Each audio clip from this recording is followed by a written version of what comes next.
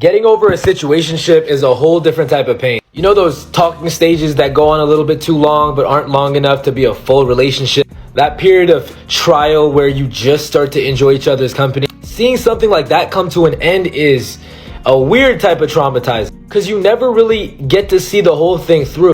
It's a cliffhanger. You never really see how you would have been as a full couple. And that can sometimes hurt more than a long-term relationship. I've seen people take months to recover from failed situationships. I'm talking about people, not me. Could never be me.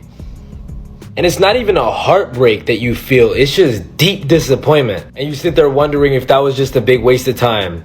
And don't let people oversimplify your experience and invalidate how you're feeling in that moment. Because just because it wasn't a long relationship doesn't mean it doesn't hurt. My situationship and myself can't move on from each other. How long have you been dating? Well, whatever you want to call it. We were together for about 3 months, so it was pretty short-lived. We never got together fully, but we still talk and hang out sometimes. And have sex. It's like hard because it's been a thing where every time I go down there, he confesses his love to me. Over the summer, he said, "I love you" for the first time to me.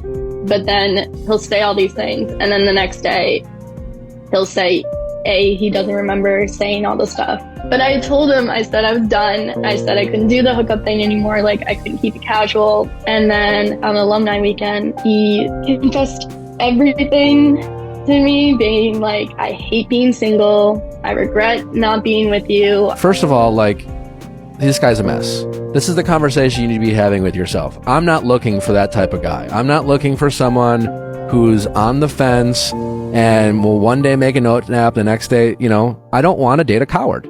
He's a coward. You need to say, I'm over this. Like, this is beneath me. This is childish. And I'm tired of being childish with you. The women who have year-long situationships, you're in purgatory. Google that. I just overheard a girl talking about how he's not taking her serious, but she'll wait. Yeah.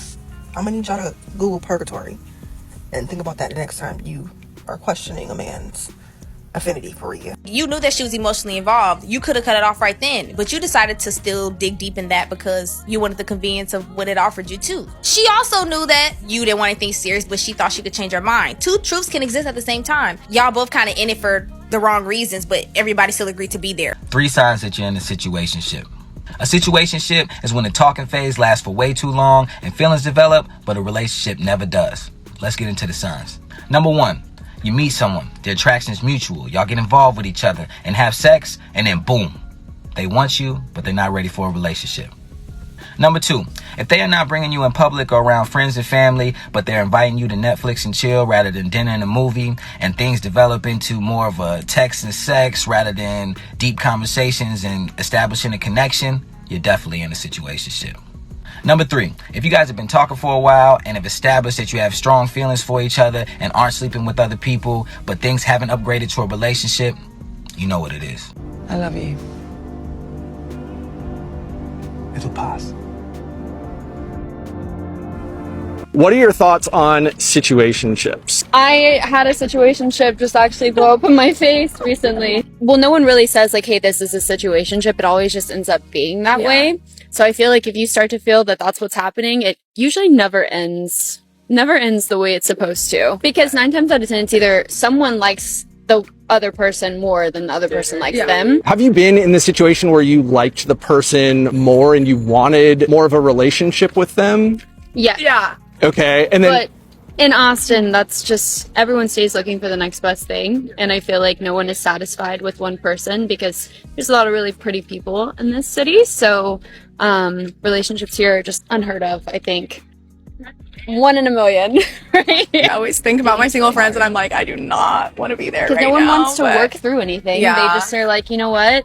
There's someone better out there. Like, no one wants to stay with that one person and focus on it and perfect it. So unfortunately, that's just our reality. And I think not just in Austin, but I think that that's something that's in common with everywhere. You control what you tolerate.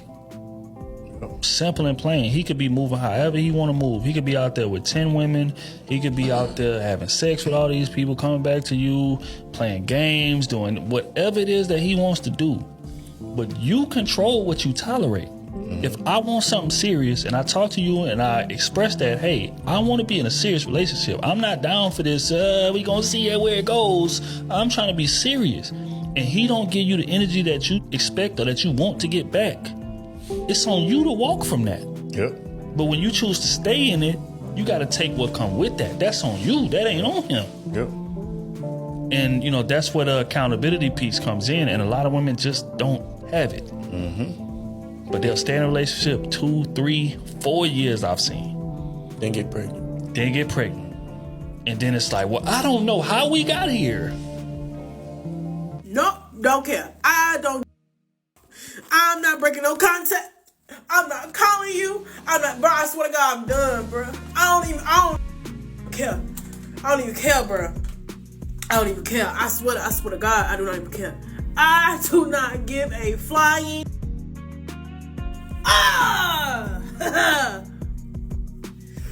Woo, shit. Oh, God. You a mother. Oh, shit. I'm alright. I'm probably gonna see him again, and if this happens again, I just don't really know how to handle it. Treat him like someone you went to high school with that you kind of like would rather like cross the street, not because you dislike them, but it's more because like, I don't know what to fucking say to this guy. It's that person, like you kind of know each other, but you're like, I don't want to talk to you. But you're friendly, you know, hey, how's it going? This very kind of surface level. Act like you've already moved on. Hey, how's it going? Hey, what's up? Oh, that's cool. Talk, but don't talk. Don't talk about anything meaningful. If he texts you, don't respond. If he calls you, don't answer. Oh, okay, that's so hard. I mean, it's up to you. It's not that hard. I know. It's hard to eat healthy, but some people choose to do it and some people don't. Don't tell yourself that it's so hard, that you can't do it, that you don't have the willpower to say no to this guy. So you have to tell yourself you can do it. And I know when you put a year or time limit on how long you deal with somebody in a situationship type of experience, a lot of people are like, what? How could you do that for so long? Well, for me, I can only talk about my experience, is that I put myself in that situation thinking that I could be friends with benefits or that I wouldn't catch feelings, and that I knew I wanted a relationship and he did not, and I thought that I could still do that and like not get my feelings involved. And I learned the hard way that I cannot do that. I started to, have feelings for this person. You spend time with them, you're intimate with them, you're being vulnerable with them. Eventually, you will feel some type of way and you will want more, even though I entered the situation knowing that he could not offer me more than what we were already doing. So I kind of broke my own heart. So I don't fault him for that, but I do think there was a point where he had feelings for me too. But he knew that he couldn't give me that. And so it was like, I'm giving you something, then he would pull away. I'm giving you something, he would pull away. And I would be holding on to the something, and the pull away used to just cut me so deep. And the back and forth gets tiring after a while, and you just have to make a decision. So I made a decision like, I can't do this anymore. And I did that decision before. I would cut him off and be like, I can't do this anymore. And then, some time would go by, and then I would break the no contact. And then some time would go by, and I would break the no contact. But after the last time, I was like, yeah, I have to be done with this, because one, I'm blocking my own blessing for other people trying to enter my life. So I had to end that, because if I'm holding on to that, I can't allow somebody new to come in. So yeah, I had to end it. When you give your time, emotional energy, and intimacy without receiving the defined commitment you desire, you are essentially engaging in a lopsided transaction. The other person is receiving benefits with no obligation, while you are expending resources on a fragile foundation. This teaches you that your time and emotional labor are cheap and disposable. When you finally leave, the sense of having wasted resources on someone who never valued you fully often manifests as profound regret and damage to your self-worth. Thank you for watching. Like, comment, subscribe.